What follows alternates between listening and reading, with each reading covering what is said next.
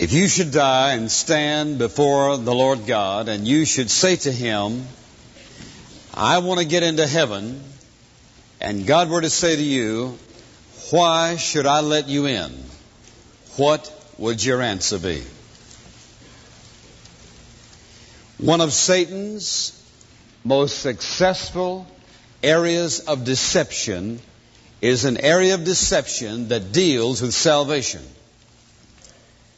And the title of this message is A Satanic Deception Regarding Salvation. If you'll talk to many of your friends who are church members, or many people who are not, and you should say to them, do you believe that you'll go to heaven when you die? More than likely, most of them by far would say, sure. And if you should ask them, well, why do you think you'll go to heaven? More than likely, you're going to find that they have been deceived by Satan. Because they're going to give you an answer that is oftentimes, if not most of the time, and I believe most of the time, the answer to people who are lost. It is an answer that they give right off the top of their head because many of them are very sincerely convinced that it is the right answer. Many of them are convinced that it is a logical answer. And many of them are willing to live and die by it. But it is an answer which is a satanic deception. And the answer is, well, I haven't been so bad. Or, I'm a good person. And when I think about all the good that I've done, surely a God of love and mercy certainly will not reject me after the life that I've lived. Or the other person may say, well, I know I'm not all that I ought to be. Now, I've failed in lots of ways, but I figure it this way. I've done a lot of good things, and the good things I haven't done or what I've failed to do, God would sort of add to that. And between what I've done and what He's done, surely I'm going to make it. Then there's the other group of people who likewise are deceived. Those who have been saved by the grace of God and who are sincerely attempting to work for God and to labor for Him in order to remain in God's good graces. So they are performing in order to remain saved, to keep their salvation, to keep in the good graces of God, or to keep their acceptance by Him as a result of their good works. Now, whatever category that person falls in, of those three aspects, all three of them have been deceived. So let me ask you a question. Are you a church member today, sitting in a church somewhere, and as best you know, your idea of being saved is, I'm going to do the best I can, that's all I can do, and if God doesn't, if He doesn't accept me after I've done the best I can, then I don't want to go to heaven anyway. Would that happen to be your opinion? Are you one of those persons who says, well, I look around me, and I'm much better than most of the folks I see. And therefore, surely, well, if I don't get in, no one else is going to get in. Is that your attitude? Are you one of those persons and you know that you've been saved, but deep down inside you live under this awesome sense of bondage that you sure hope that somehow you are living up to God's expectation. You feel pretty guilty most of the time, but you hope that somehow you're going to be able to live up to God's expectations. Is that one of your choices in life? Well, let me show you, my friend, how Satan deceives us. If you'll turn to Galatians chapter 2. The Apostle Paul and St. Peter had a little argument about something. On a given occasion, Peter, who believed in salvation by grace, and Paul, who taught that.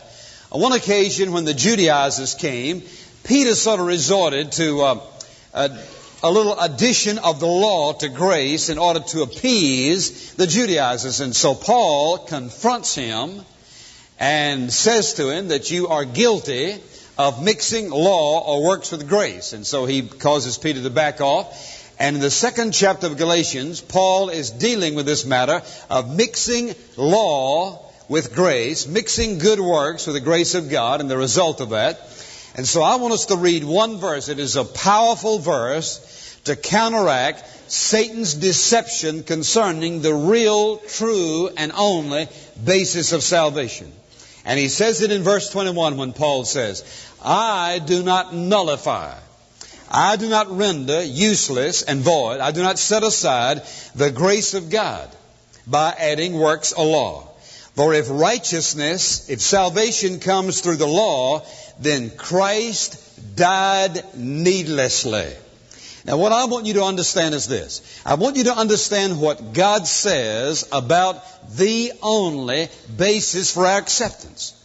As I listen to people share why they believe they're going to heaven and surely what their concept of God is, I want to tell you, Satan is doing a real successful job of camouflaging the truth and deceiving people by the millions.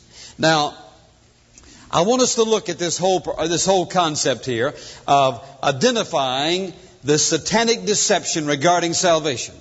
Let's identify what that deception is. And that deception is this. It says that you can be saved by being good, by doing good. And some other people may read it this way, and Satan would say it this way to some. You can be saved by, doing the best you can, and then what you can't do, God will just sort of add to that, and you're going to make it. And the third aspect of that is, even those who are saved feel that they have to keep saved by doing good works. That is a threefold aspect of a satanic deception that relates to salvation. Now, let me ask you a question.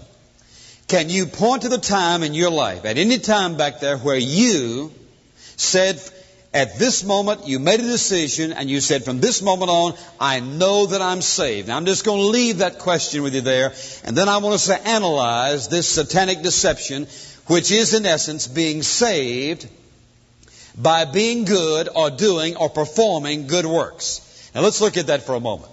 Paul said, I do not nullify the grace of God, for if righteousness, if that is salvation, comes through the law or doing good works, then Christ died needlessly. He says two things are true if a person can be saved by their good works. Now let's look at this for a moment.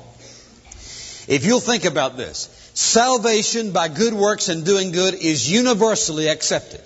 Every religion in the world accepts that, except the true Christian faith, and there are multitudes of people who call themselves Christians who really and truly believe that.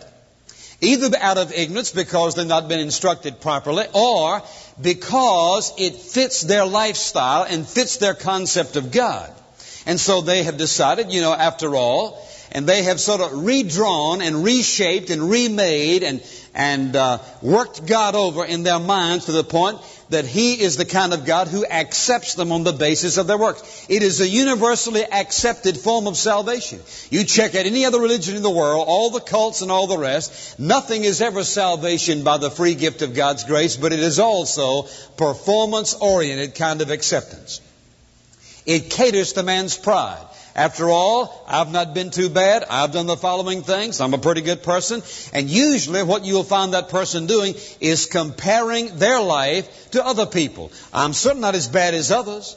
God never tells us to compare ourselves with others and to base our acceptance by Him on the basis of how well we are doing according to what someone else is doing. It is a self-centered form of looking at God. And that is, I'm going to perform, I'm going to work, and therefore on the basis of what I do, surely this loving God would not reject me. It is a self-centered type of religion.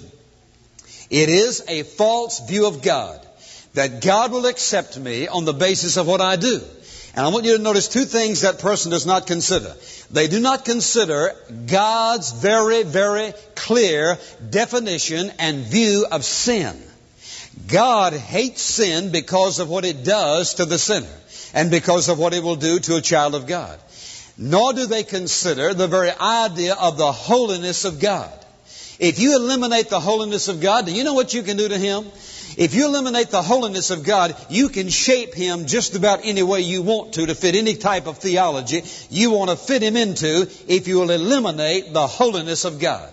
The righteousness and the holiness and the justice of God is always eliminated in the minds of those who are working for their salvation or working trying to remain saved. Then, if you will think about all the scriptures that you know, the idea of being saved on the basis of your work is contrary to the Scriptures, from Genesis to Revelation, you cannot find any basis in the Bible for believing that God is going to accept you because you're better than someone else, because you don't do the following things, or because of your lifestyle or your conduct. It is not to be found anywhere in the Bible. It is a satanic deception. And the more our society moves toward humanism, and that is, after all, man's not so bad, and all of the world and all of life revolves around man, then what man does becomes more and more acceptable. And the more acceptable what you and I do becomes to us, surely after a while we sort of fuzz that over into God's ideas, and so we mix up what God thinks plus what society thinks plus what we think, and after all, we can get very convinced that, after all, surely we all agree that God in His loving mercy and goodness and kindness isn't going to send somebody as good as I am to hell. God surely isn't going to He's not going to reject someone like me. After all, look at me versus look at all these folks in prison. Look at all these folks doing all these horrible things. You mean God's going to reject me? And so, you say, well, after all, they are pretty good. Before long, we fuzzed it all up. And so we don't have a clear picture. Now listen, it doesn't make any difference what our society does. There either has to be a final authority in this world, or after a while, anybody's and everybody's opinion goes. That is, whatever it is. The final authority of life, death, morality, and all the rest is to be found right here in this book. When you lay aside this book, you have no final standard, no final law. So therefore, a person can say, well, I'm not so bad. I believe that you're saved by being good. Now, I want to show you the implications and the fallacy of that kind of thinking, which is the kind of thinking many people who sit in church pews every week, that's their whole perspective. I had a businessman say to me some time ago, very outstanding man, invest his money, very benevolent, very generous, and here was his remark. We were talking about salvation. He put it in this term. He says, I'm trying to merit. He says, I'm trying to chalk up or to add all the merits to my account that I can before I get there. He was sincere. He is an elder in his church, working in the church, involved in the church. But his whole perspective of salvation, man, he's got to be out there doing it week after week, getting it done, because after all, one of these days he knows he's going to die, and when he gets there, he wants to be sure he's been accepted. Let me show you a fallacy in that whole idea. First of all, if you're one of those persons who believes that God's going to accept you on the basis of your works, let me ask you a question and think very logically about this. How much work do you have to do? Secondly, how long do you have to work?